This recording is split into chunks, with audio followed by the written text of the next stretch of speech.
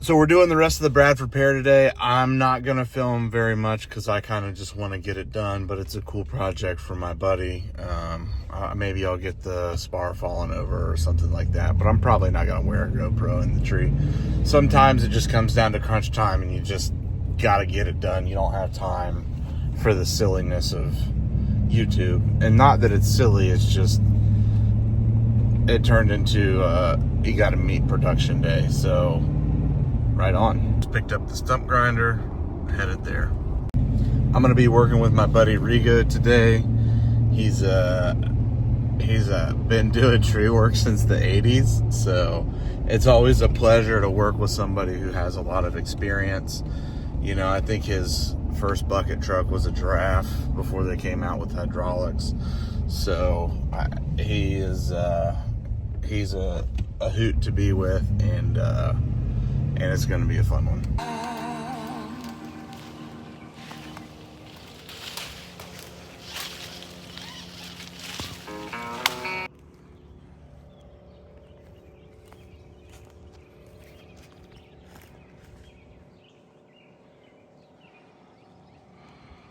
Yeah, some guys they talk a lot, but they're not much of a.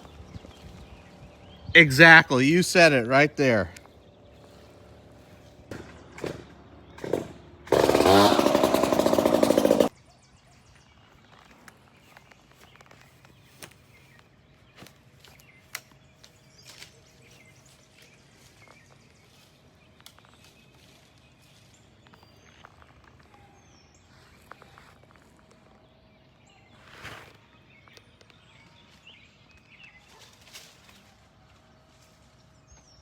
No time for cameras. We're up here sending hammers today, dude. Bradford Pear.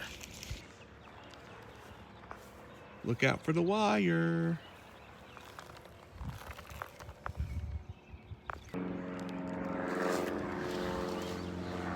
Got this bad boy all topped out. Bam. There's the hinge wood on the final top. There's the top.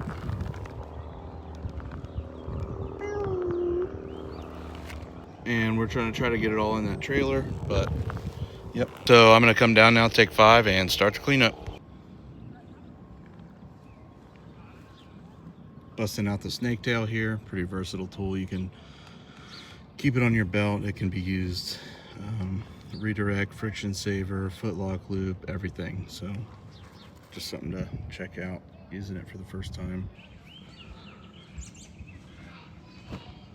Here's a tip for you. If you just get done climbing and you sweated quite a bit, just let it air dry before you stuff it back in a bag and get all gross. So just leave it breathe for a minute. It'll be good. You'll be happy.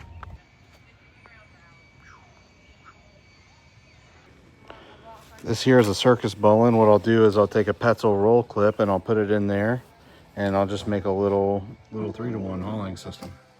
The Circus Bowline orientates quite nicely. See how it's directional? Set up a nice little hauling system right there. Little Petzl roller clip, that's all you need. How many times do you know somebody who they know they're getting a tree removed and they plant a really nice ornamental right underneath the trees that's getting removed? You believe that, Rigo? He planted this like 2 weeks ago.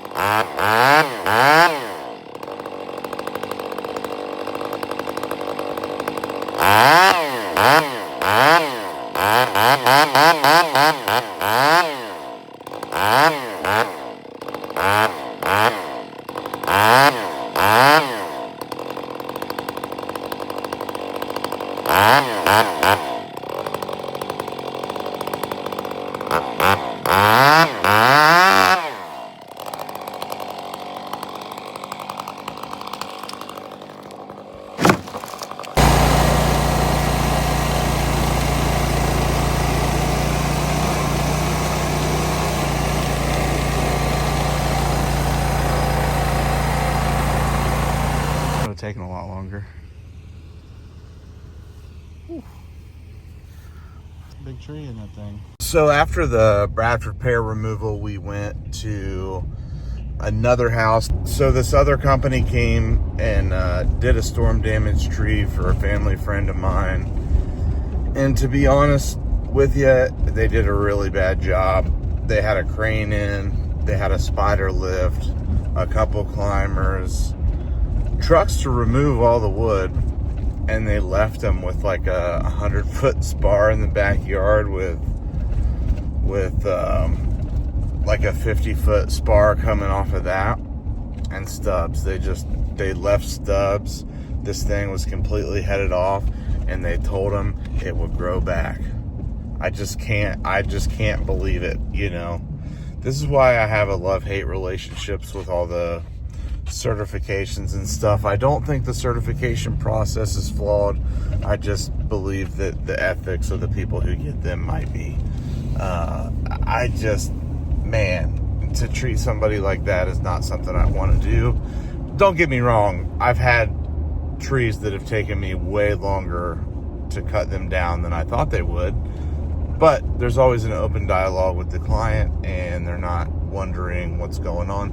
Anyway, long story short, sometimes these videos are more of like a work diary, and I don't have time to mess with 4 cameras and do all that, because when we got to this house, it was 4:30. We were wrapped up by 6. So basically there's a 100-foot spar in the backyard.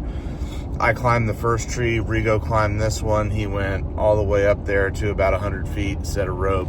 I went across the creek, set 2 pulleys, and redirected it back to almost to the base of the tree. So I went down across the creek and then back across the bank, and then redirected it so I could maintain sight of the top of the tree as I was pulling a 5-to-1. We used a 5/8 bull rope to do the pulling, and then I attached it to my 1/2-inch 5-to-1.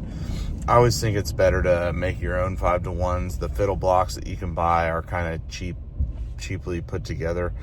I can go over that more later if you like, but just kind of thought I'd give an overview of the situation.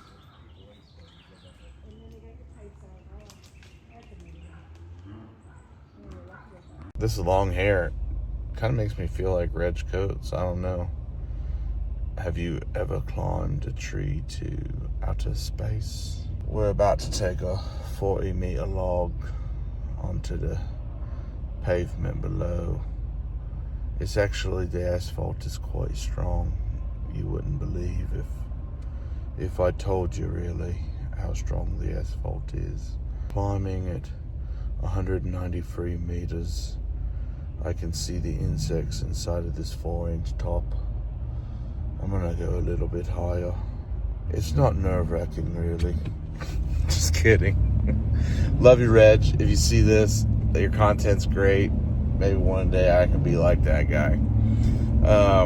So Sunday, we went to Leaning Hackberry. It was decayed on the inside. It was all decrepit. The client is getting the asphalt repaved, and they didn't want to,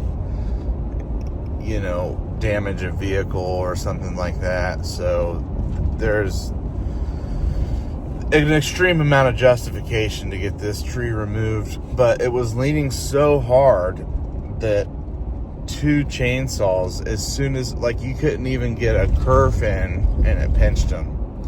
So Rigo pinched the saw, and then I came with the 201 to try to get it done. And as soon as my chain went in, it pinched. and then I didn't really realize how decayed it was. So we took those power heads off, and I just came back and back cut it. But we kind of held it up with another tree, so it didn't damage anything. The rock wall's fine. So just thought I'd share that here.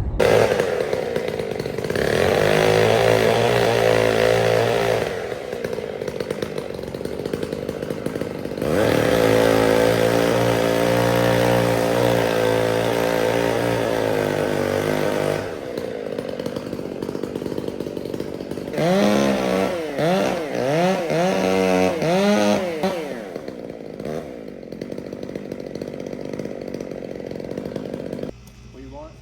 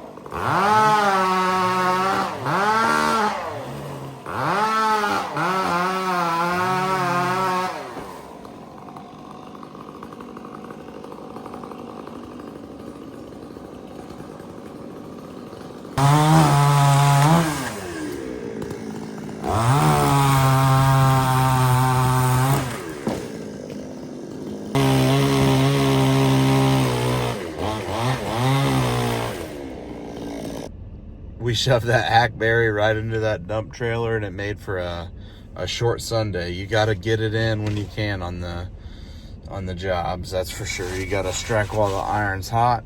I've been working a lot of hours, but I love it. Thanks for tuning in, and I'll catch you on the next one.